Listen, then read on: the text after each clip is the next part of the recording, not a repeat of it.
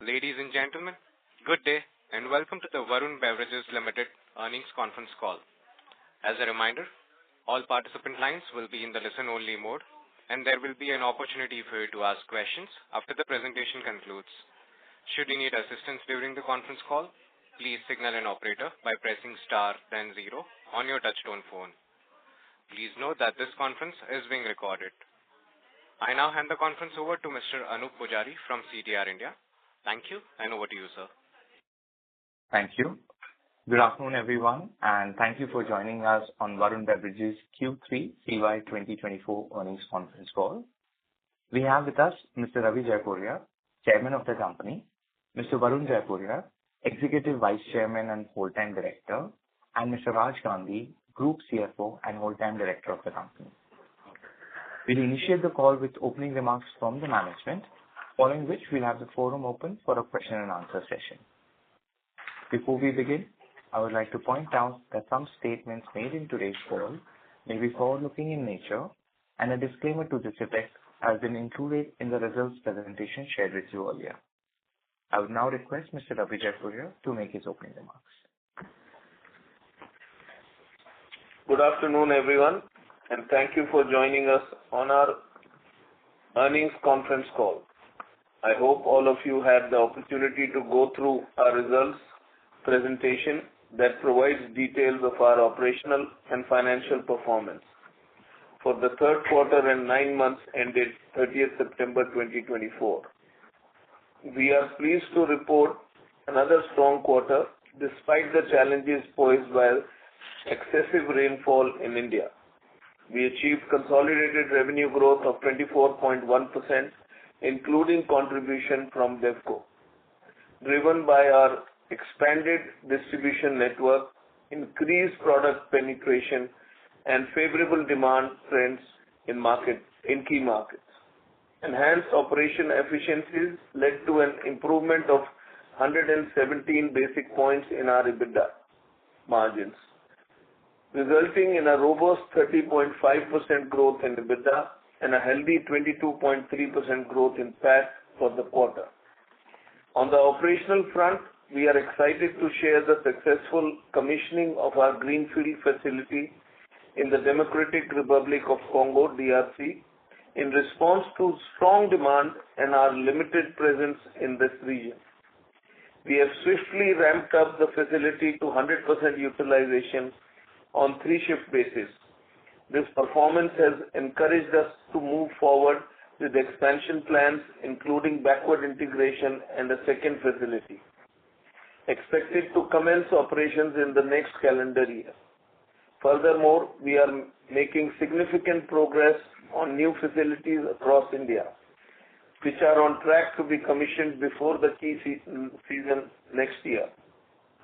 These developments reflect our commitment to capturing high growth opportunities and enhancing both our domestic and global footprint. As part of our commitment to long-term growth, the Board of Directors has approved a proposal to raise funds through the issuance of equity shares with an aggregate amount not exceeding rupees 7,500 crores by QIP, subject to shareholders' approval. The capital will be instrumental in supporting our growth plans, including expansion into new territories, potential strategic acquisitions, and further strengthening of our balance sheet. Overall, our focus remains on sustaining healthy good growth in both Indian and international markets. The Indian market, with its growing consumption class and evolving consumer preference, continues to offer immense opportunities. Meanwhile, our global operations, particularly in Africa, are positioned to drive further growth as we capitalize on emerging demand trends and enhance our operational capabilities. Our proven execution capabilities have been instrumental in delivering exceptional value to all stakeholders, and we remain committed to sustaining this momentum well into the future. I would now like to invite Mr. Gandhi to provide the highlights of our operational and financial performance. Thank you very much. Thank you, Mr. Chairman. Good afternoon and a warm welcome to everyone joining us today. Let me provide an overview of the financial performance for the third quarter and 9 months ending 30th September 2024. Revenue from operations adjusted for excise GST grew by 24.1% year-on-year in Q3 calendar year 2024 to the level of 48,046 million. Consolidated sales volume increased by 21.9% to the level of 261.5 million cases in Q3 2024, including about approximately 34 million cases from South Africa and DRC markets. The Indian market grew by 5.7%, primarily impacted by heavy rains throughout the quarter, while international markets grew by 7.9%. CSD accounted for 75%, juice accounted for 4%, and packaged drinking water accounted for around 21% of the total sales volume in the quarter 3 of calendar year 2024. This is at a consolidated level. Non-carbonated beverages portfolio, which includes juice-based drinks and value-added dairy beverages, sports drinks, etc., in India has grown by 23.9%. This is about non-carbonated beverages in the 9 months, grown up by 23.9%.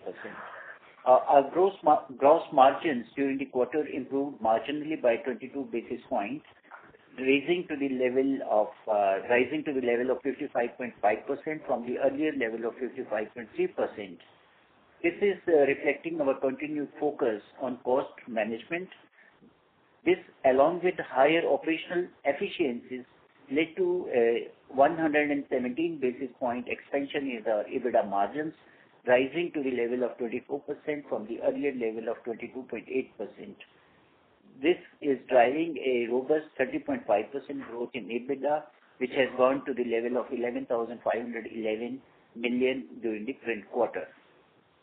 Depreciation increased by 50.2%, primarily due to the acquisition of BevCo and the establishment of new production facilities in India and the plant in DRC. Finance costs increased by 89.7%, reflecting the impact of the new capex on these facilities, the BevCo acquisition, and higher borrowing costs. PAT grew by 22.3% to the level of 6,288.3 million in the quarter 3 of calendar year 2024. This is compared to rupees 5,140.6 million in Q3 of calendar year 2023. This is driven by volume growth and improved margins. The other income in India more than doubled on account of 310 million dividend received from Sri Lanka. This is the maiden dividend declared by that subsidiary. This is for the first time and is non-taxable under the Income Tax Act. In conclusion, the company continues to maintain a solid financial foundation. Our focus on expanding into high potential markets, enhancing our product portfolio, and investing in new production facilities positions us well to drive long-term growth in both India as well as international markets. Following the integration of BevCo, this year we are also focused on driving our presence in the South African market. With efforts already underway, we are confident that this will provide additional avenues for growth in the near future. Additionally, as covered by the chairman, the board's approval for a QIP of an amount not exceeding up to 7,500 crore, subject to shareholders' approval, will further support our growth plans. The funds will be raised to enable the company to repay debt and enhance profitability at PAT level. This will also strengthen the balance sheet and prepare the company to pursue strategic acquisitions. The net debt was around 6,000 crores. This was including CWIP on capacity for calendar year 25, season through implementation of plant at Kangra, Himachal Pradesh, Prayagraj, Uttar Pradesh, and Buxar, Bihar, and Meghalaya. On that note, I conclude my opening remarks and would now like to ask the moderator to open the forum for any questions or suggestions. Thank you.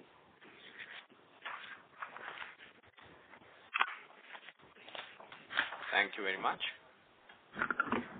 We will now begin the question and answer session. Anyone who wishes to ask a question may press star and one on their touchtone phone. If you wish to remove yourself from the question queue, you may press star and two. Participants are requested to use handsets while asking a question. Ladies and gentlemen, we will wait for a moment while the question queue assembles.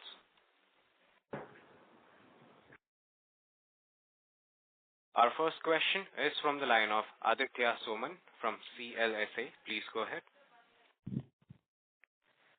Hi, good afternoon.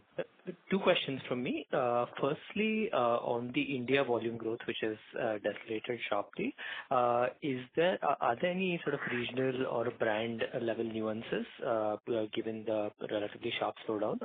While I understand obviously the rains have been very uneven in the quarter and this quarter is not very large seasonally, I just want to understand if there were any differences between different regions, and secondly, just in terms of whether there's been a recovery in October. And the second question is on competition. Now, Tata Consumer in their call indicated that they were impacted by the higher trade margins offered by Campa Cola. Have you seen any effect of this? Let me answer you. First of all, the third quarter and second quarter normally should be looked combined together, because the rains can shift 1 month this way or that way, and sometimes the second quarter becomes heavier rain, sometimes third quarter becomes heavier rain. So rains affect a big portion of especially the rural part of the business, and which is what has happened this year. And that is one of the main reasons we don't see any other major challenge in the growth of the market. So as far as competition is concerned, as I have always said before, Campa is a formidable competition. They are in the market, but we are improving our go-to market, so it has not affected us at the moment. And going forward, they will take a part of the share of the total market. Who is going to get affected first?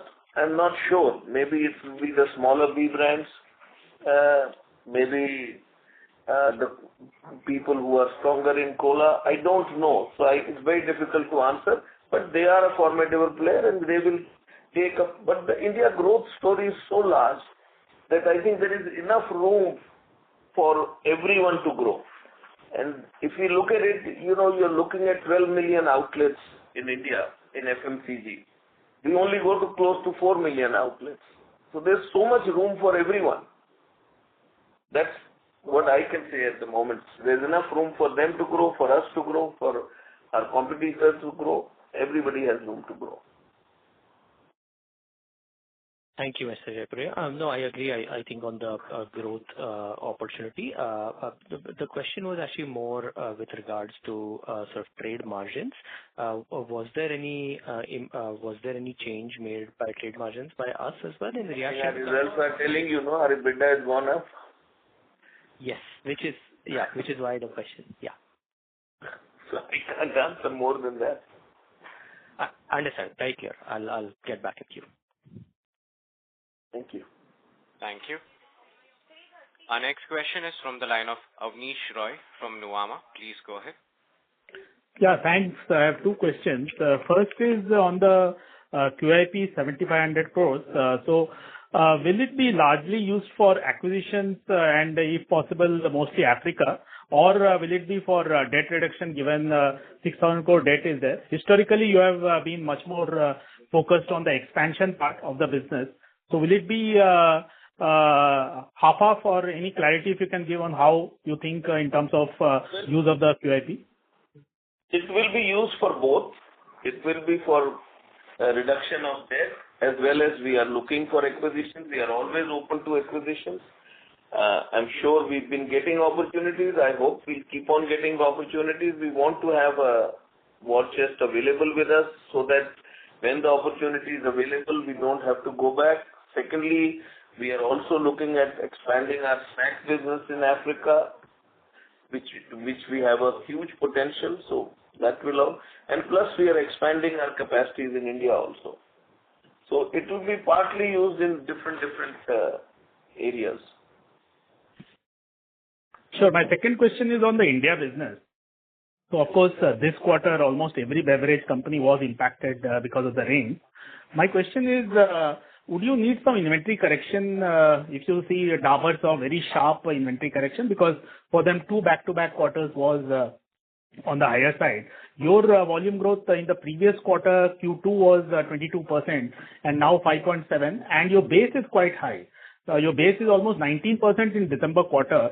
So if you could comment on how you see December quarter, no specific guidance, but given La Nina effect and given high base, and would you need some inventory correction given the kind of scenario current you have? No, we don't carry that much inventory, and we can correct our inventories any time we want in 30 days. So it's not something that we have to hold for 6 months or 8 months. Sometimes when we see a favorable pricing in a raw material or a category which can be stored, then we pre-buy it and store it. Otherwise, we can correct our inventory anytime. We don't have an issue. Sure. And the last quick question on Campa Cola. So in terms of INR 10 pricing in how many states would you have that in terms of your key product? No, we don't sell at 10 rupees. We are not selling anything at 10 rupees except glass bottles.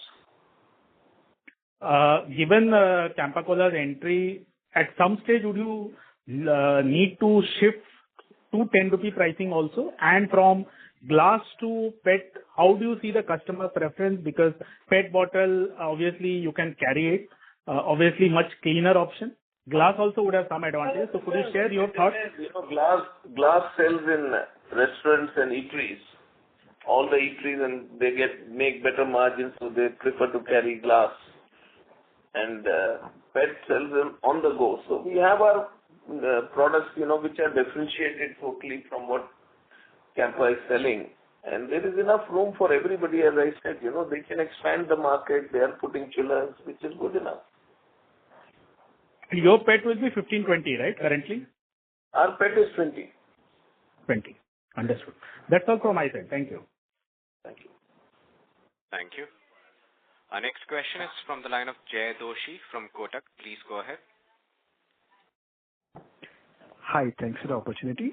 Could you give us some more color on, what's your, based on the early success you've seen in DRC, the, roadmap ahead? I know you've shared some details in the presentation, but want to broadly understand how big the market is and what is a, reasonable market share to have in a market like DRC. So that's one. And second is, I think in the 6 months so far, you've clocked about 60 million cases, 58-60 million cases in South Africa. So what is the seasonality in that market? Because the next 6 months will probably be peak season there. And hence, what should we expect from the first 12 months from your operating perspective, from July to June, if you were to think that way? Two things. One, I think South Africa, the first 6 months, we were basically correcting our back end. And it was low season. It was like our winters here. So now the peak season is starting from this October onwards till March. It is peak season. And we have corrected most of our back end. So we expect reasonable growth. I think we are improving our go-to market. So, it's a bit early to say because October has just started. But I definitely believe we should do a reasonably decent job. And as far as DRC is concerned, so we have the capacities we put are sold out. So we are expanding our capacities, and which will be happening part of it will be happening in early January, February, and the balance will be in July, August.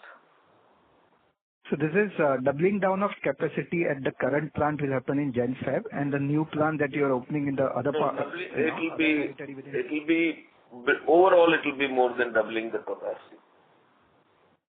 Okay. And currently, it is nameplate capacity is 25 million cases, right? While you're operating 3 shifts, so you may be doing more. No, it is about 35 million cases approximately. Okay. So by this time next year, your capacity for DRC will be 70 million cases, or more than doubling is what you indicated. Should be. Could be more. Sure. And just to follow up there, so in India, typically the seasonality we see is that this first half, tends to be a little over 60% of annual sales. Is that something we should expect in South Africa as well? That the next 6 months should be more than 60-65% of annual volume? See, I can't give you exact details because this is our first year, so you need to give us little bit time to really, because we are making the changes. We are making the changes to enter the markets which were not entered properly. So hopefully, but the seasonality is 60-40, what you said. Right. Understood. And just one question more, if I may ask. Lately we are seeing, this Jeera Masala Soda seems to be doing quite well in many markets, and we see it, in some small retail outlets as well in Mumbai. What are your thoughts on, the opportunity in some, product like that, and whether, there's a case for you to have something? Hopefully we should have something next year. We are asking Pepsi, and hopefully we have Nimbu Masala Soda already, which we are launching back, and hopefully we should have something with Jeera also. But this depends on Pepsi when they are ready. Jay, it will be under PepsiCo portfolio. Yeah, see, the Jeera was not allowed by PepsiCo because of the high sodium level. So they are working on it. Understood. And how big is the market today? What? For Jeera. So I was under the impression that Lahori Jeera is very close to... It's doing well. A lot of, expanding, and it's doing well. So a lot of people are looking at this category, and we are also seriously looking at it. And I'm sure we'll come up with something next year, early next year before the season. Sure. Thank you so much. Thank you. Thank you. The next question is from the line of Devanshu Bansal from MK Global. Please go ahead. Yes, sir. Hi. Thanks for the opportunity. First question is on India gross margins, which have dipped about 120 basis points in this current quarter. So wanted to check if this is due to raw material or inferior revenue mix, if you could just highlight. The gross margin increase, you are saying? No, dip, Mr. Gandhi, in India, standalone gross margin. Yeah. So that is firstly at the gross margin level because of the raw material, that's the PET prices, which from the last year was lower. And second is the operational efficiency, which further has increased the margin at EBITDA level. Okay. And are you referring here just one second.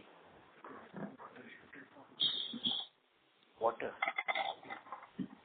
Yeah. So here there are two things, Devanshu. One is the water cost, which was earlier taken as the cost at the operating level, has been classified from last quarter into the COGS.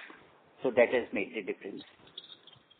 So that 1% has actually shifted upwards from SG&A expenses. That's only a shifting. Yes. Understood. And within South Africa, so that seems to be doing pretty well for us. So what are the few initial steps that we have taken in the market? That is number one. Secondly, is the existing distribution network for foods businesses for PepsiCo in that geography also helping us? So just wanted to check on that geography specifically. No, PepsiCo's food business is completely separate than our business. We are doing our own, but we have improved our go-to market, and that's what we are focusing, which we have done in India over the last few years.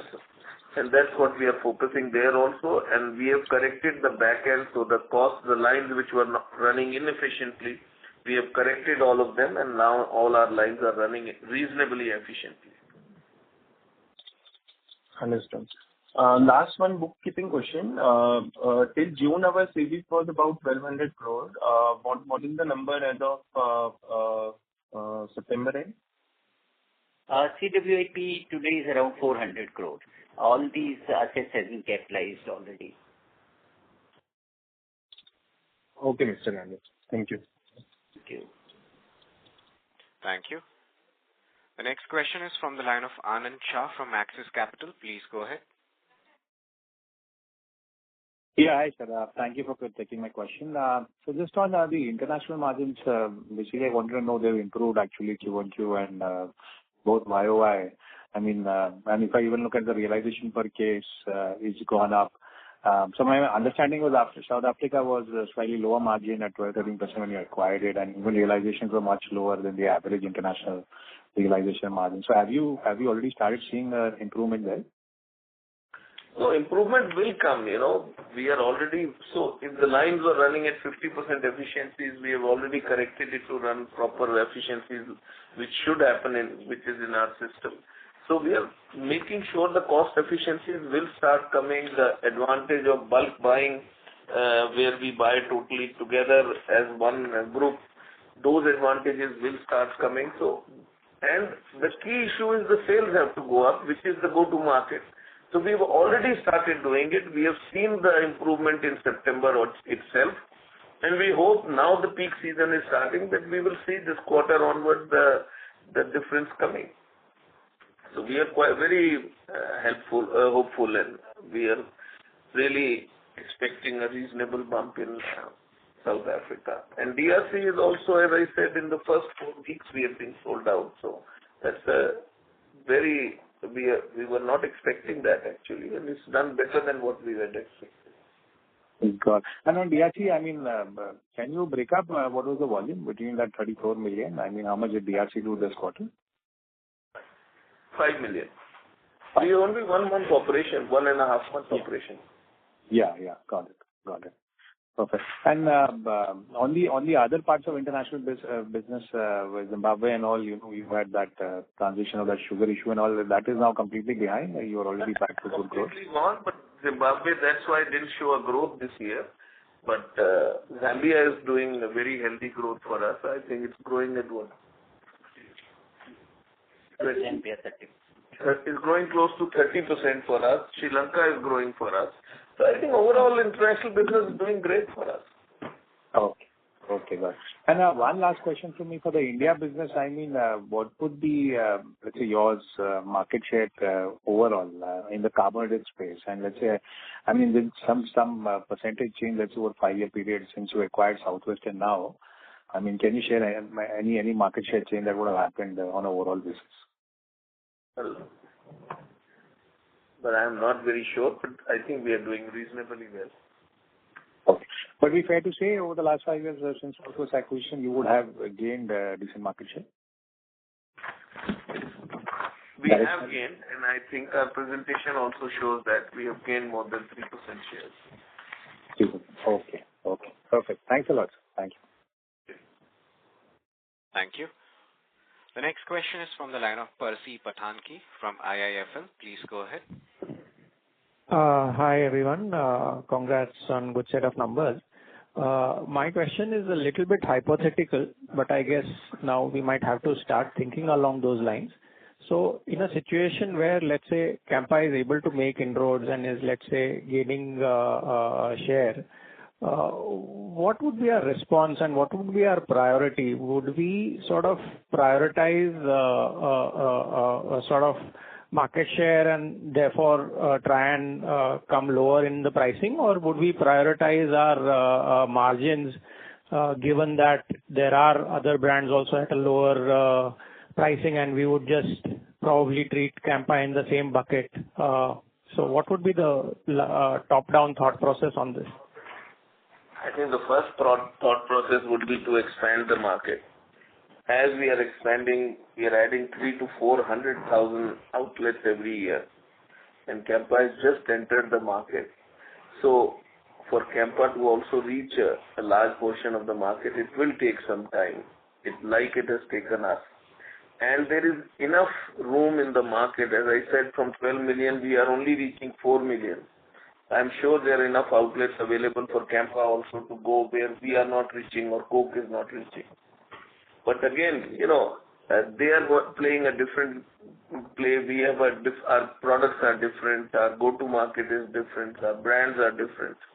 So we have to pursue our go-to-market, and if need be ever, then we'll make a range which can fight that pricing also. Sure. Because see, one major difference between a Coke and a Pepsi versus a Campa is that they don't have to pay any sort of concentrate charges, which is like a form of a royalty. They don't have that cost, so they save on that. That's not so large, my friend. That's not so large, my friend. So that cannot change the pricing. Okay. Got it. Sir, nextly, just wanted to understand the South Africa ramp up. I believe when we took over, the Pepsi market share was a low single digit, and they had some private labels, and the total market share of that company was, I think, in low double digits, if I'm not mistaken. So has there been any ramp up to those numbers? I know it's very early, but like in DRC, we saw even in the first month a very big sort of very material ramp up. Just wanted to understand, have you seen any kind of ramp up in South Africa versus the situation when we took over? Absolutely. We are ramping up. Our Pepsi share is increasing, but it's still too early stage.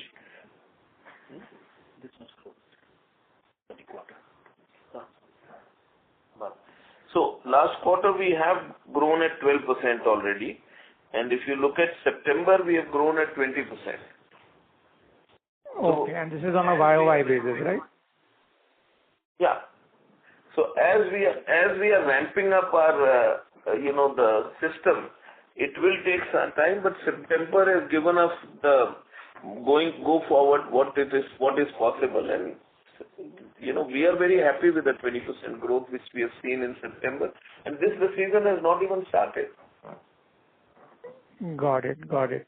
Yeah, that's all from me, sir. Thanks and all the best. Thank you. Thank you. The next question is from the line of Sumant Kumar from Motilal Oswal. Please go ahead. Yeah, hi, sir. So, can you talk about the overall the growth we have seen 6% volume growth? So, how's the tier 2, tier 3 cities and rural doing compared to urban? Oh, you see, when there is heavy rains, rural always gets disturbed first. So this quarter has been a very unpresidential rain. So rural has definitely got disturbed this quarter. But similarly, the second quarter, rural grew faster than the urban. So that's why I said these two quarters have to be taken together and not in isolation, because depending on the rain god, the soft drink business plays a bit of a role in India specifically. And when you talk about the margin expansion, the operational efficiency we are talking about, in last couple of quarters we have seen the benefit of low sugar usage and also the thickness of bottle. So how currently we have say 49% low sugar, and also in bottle side we are also reducing the weight of bottle. So when till what quarter we can see this kind of improvement in margin from these two activities? You'll keep on seeing improvements because all our new plants, large plants which are coming up, they are much more efficient than the older plants. Secondly, we have now tried to do a complete backward integration in our bigger plants.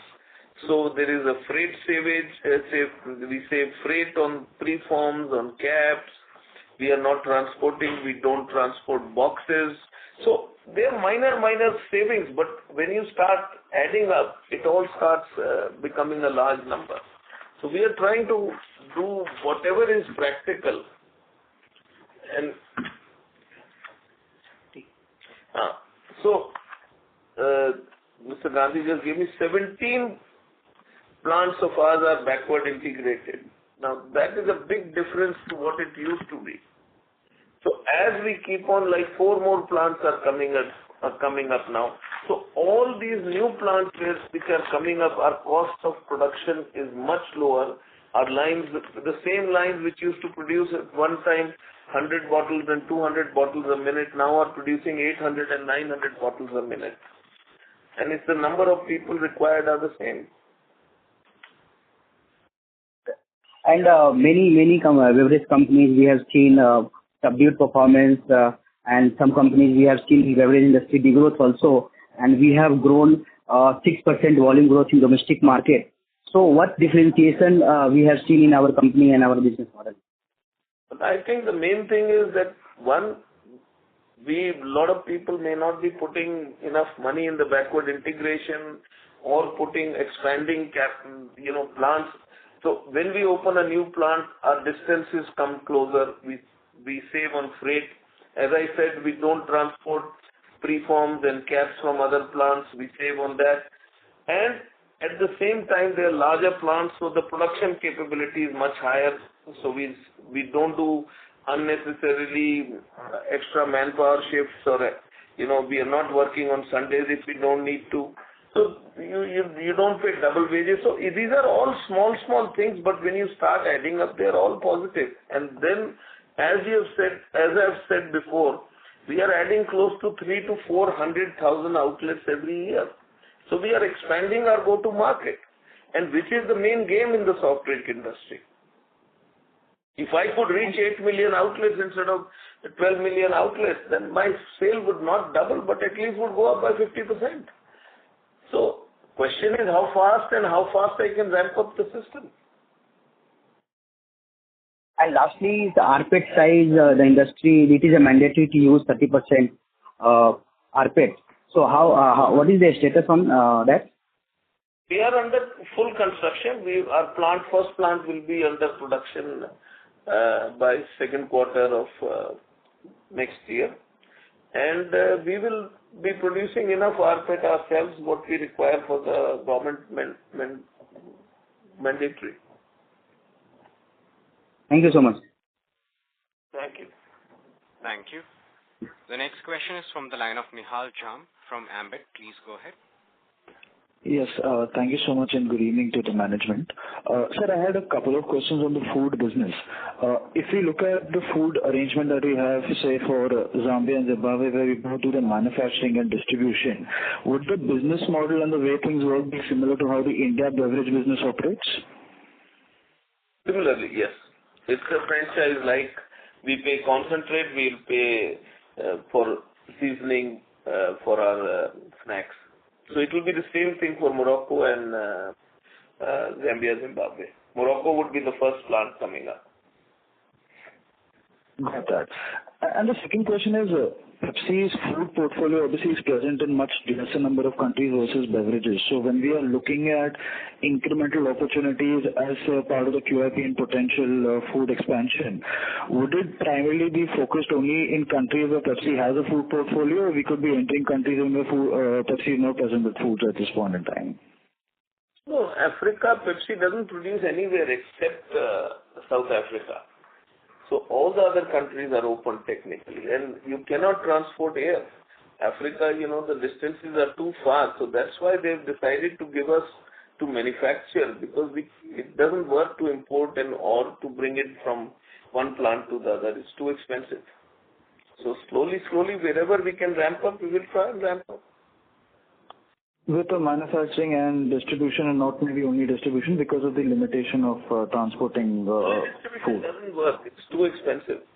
I mean, you can do a niche product. You can go to the modern trade and just sell basics, and only the rich people can have it. But that doesn't give you the market. Understood. This is very clear. Thank you so much. Thank you. The next question is from the line of Sanjaya Satapathy from Ampersand Capital. Please go ahead. Hi, sir. Thanks a lot, and congratulations once again for a great set of result. Sir, a couple of things. So one is that this fundraising that you are doing, is it essentially to complete this transaction, that is South Africa, that is to fund this transaction? Or the company is kind of looking at some more transactions, or very lastly, like, is the company looking to become a debt-free kind of a company? If I've answered this question, we are looking at it partly reduction of debt, partly expansion, partly we are always open to new acquisitions if anything comes in our way. So we want to have a war chest ready. Got it. And sir, my last question is that though I understand that company has done great things in terms of expansion as well as cost rationalization, anything big like Sting which can be expected in next couple of years? As soon as it comes out, I'll let you know. I promise you. No, but sir, how do one think about it? Because it's a good thinking, but I promise you, as soon as it comes out, I'll let you know. We have enough things to play with, enough things to work with, and Pepsi is always innovating new things. Understood. Thanks, sir. Thank you. Thank you. The next question is from the line of Onkar Gugardare from Shri Investments. Please go ahead. Yeah, congrats on the good set of results. My question is regarding could be the capex for the next upcoming year? We have during the last call stated 2,400, which primarily for the implementation of our facilities at Kangra, Himachal Pradesh, Prayagraj, Uttar Pradesh, Buxar, Bihar, and in Meghalaya. I mean, now that you have considering, you have approved the fundraising, would that change anything? The capex guidance? It's little early. We are firstly waiting the resolution to be through by 8th November, then to the market. As Chairman said that we always are, the opportunities we keep on analyzing, and let's see. Little early to predict for next year. Okay, and you have mentioned that debt reduction is one of the things which you will be doing with the QIP proceeds. So at what debt to equity level you are comfortable with? Right now, I believe you are at 0.7.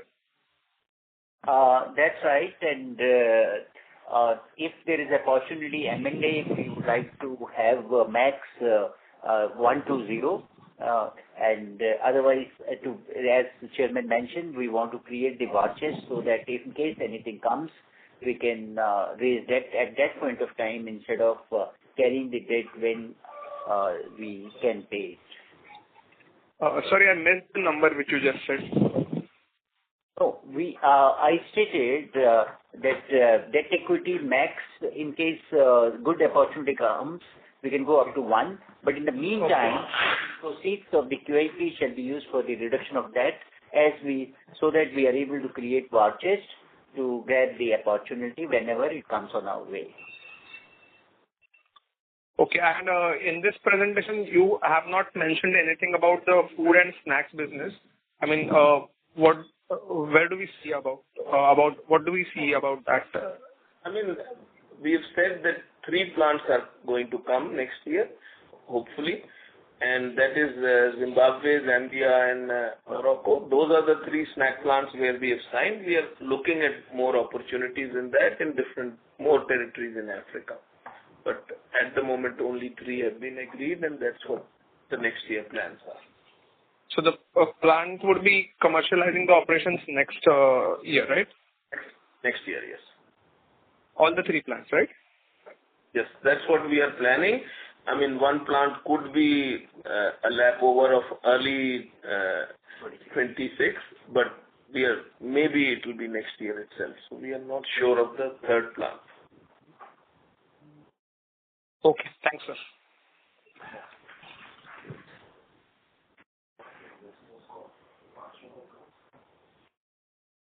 Thank you. The next question. Yeah, please go ahead. Yes, the next question is from the line of Shirish Pardeshi from Centrum Broking. Please go ahead. Yeah. Hi, good evening, Ravi, Mr. and Mr. Gandhi. Just two questions in the beginning. In this past commentary, there is no mention of Sting.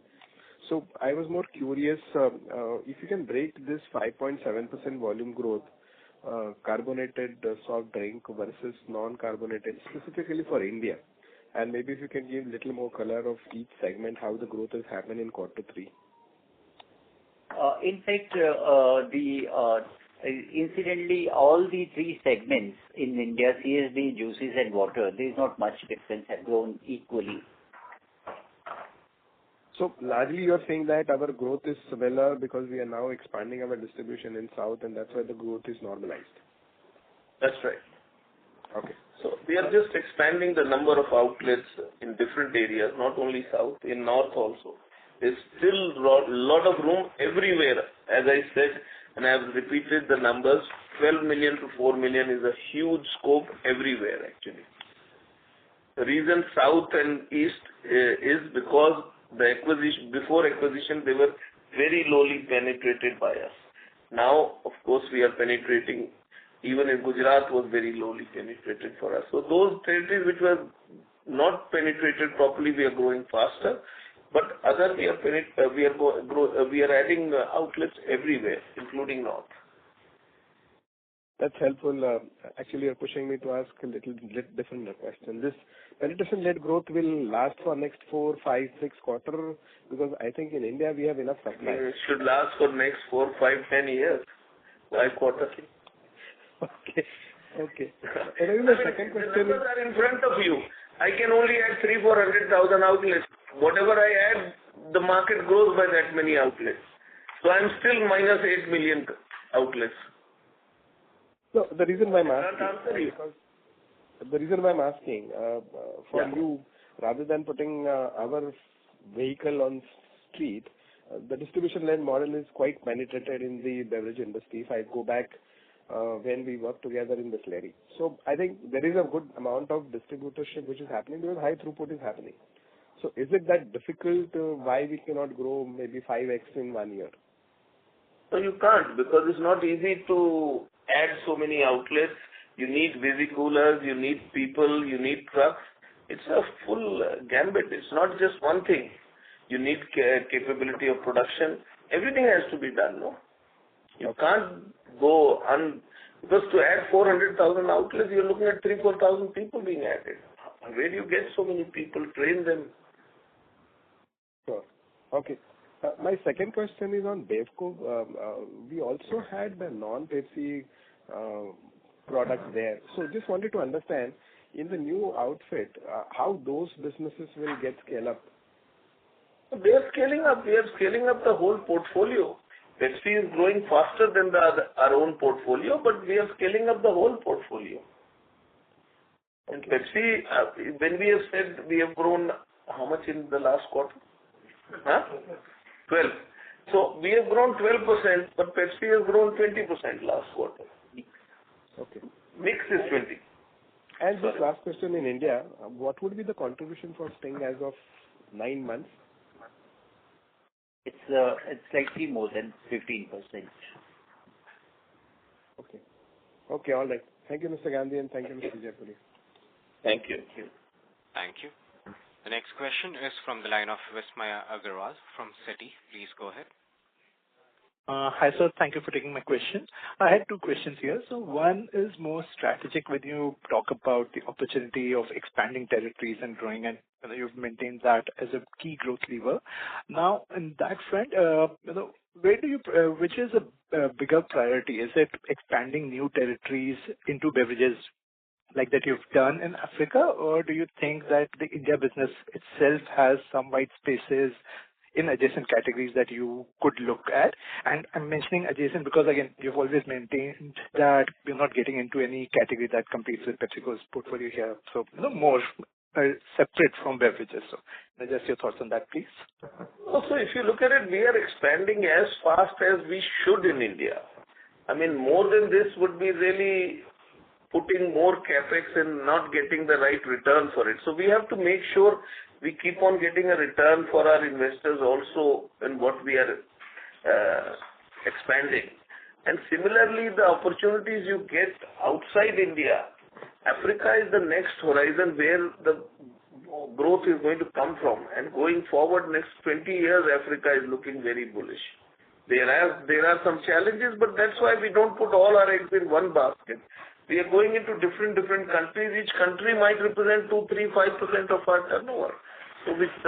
So one country has an issue, it cannot affect us. Got it, sir. And if I may follow up on that, so what I understand is India, you're happy with the portfolio here. While yes, you did mention earlier on the call that Jeera is say a subcategory that you could look for, but nothing beyond beverages at the moment in India, right? So it's predominantly Africa. I'm not saying anything. I'm saying right now we are doing everything which is right, and when the opportunity comes, we might look at something else. But right now, that's what our focus is, and we will not do any beverage which competes with PepsiCo. Got it, sir. Understood. Very helpful.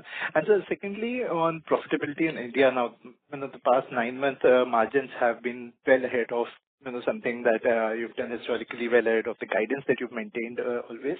So just the question there, is it a time where you probably look at revising the guidance upwards, or do you see some risk in on the RM side like we've seen this quarter? We have never given guidance upward of that.